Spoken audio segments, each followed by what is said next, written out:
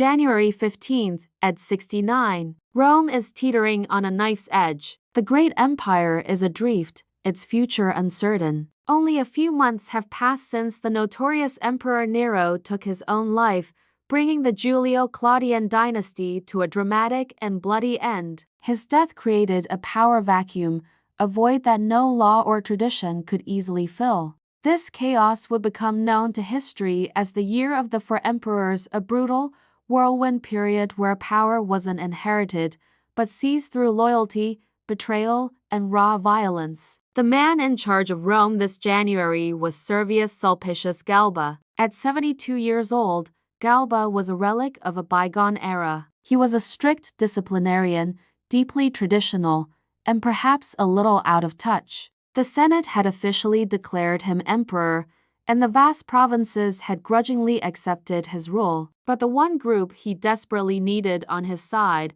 the army, viewed him with deep suspicion. Galba saw a Rome steeped in corruption and decadence. He was determined to restore order and financial discipline. This meant he refused to pay the soldiers the bonuses they had been promised by others. He punished his officers with uncompromising severity. He ruled with an iron fist, believing that his authority alone would command respect and obedience. He was tragically mistaken. On that fateful day, January 15th, Galba left the imperial palace. He intended to address the growing unrest among the Praetorian Guard, the elite soldiers whose sole duty was to protect the emperor's life. They had been promised a substantial reward for their loyalty, but from Galba, they had received nothing but stern lectures. As Galba made his way through the Roman Forum, rumors spread like wildfire, moving faster than the old emperor's procession. The whispers carried a shocking message.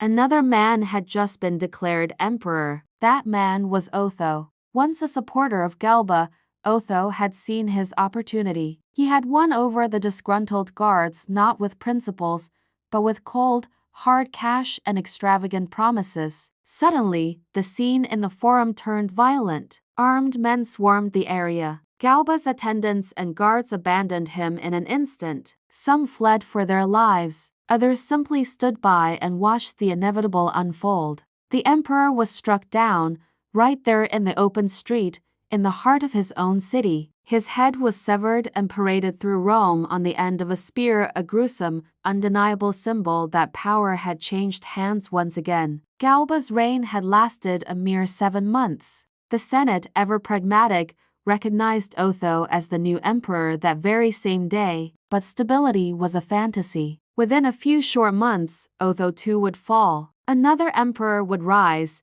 and then another after him. Rome was learning a dangerous and fundamental truth about its new political reality. The emperor did not rule because of ancient tradition or the Senate's blessing. The emperor ruled because the army allowed him to. January 15th, at 69, ripped away the facade and exposed the fragile foundations of imperial power. An emperor could command legions across the known world, yet be utterly helpless in his own capital. The Roman Empire survived this year of turmoil, but it was forever changed. From this point forward, it would be the soldiers, not the senators, who would ultimately decide who ruled Rome. Not laws, not lineage, just the cold steel of the legions. Thanks for watching. If you found this moment in history as fascinating as I do, make sure to like, subscribe, and hit that notification bell for more stories from the ancient world. See you next time.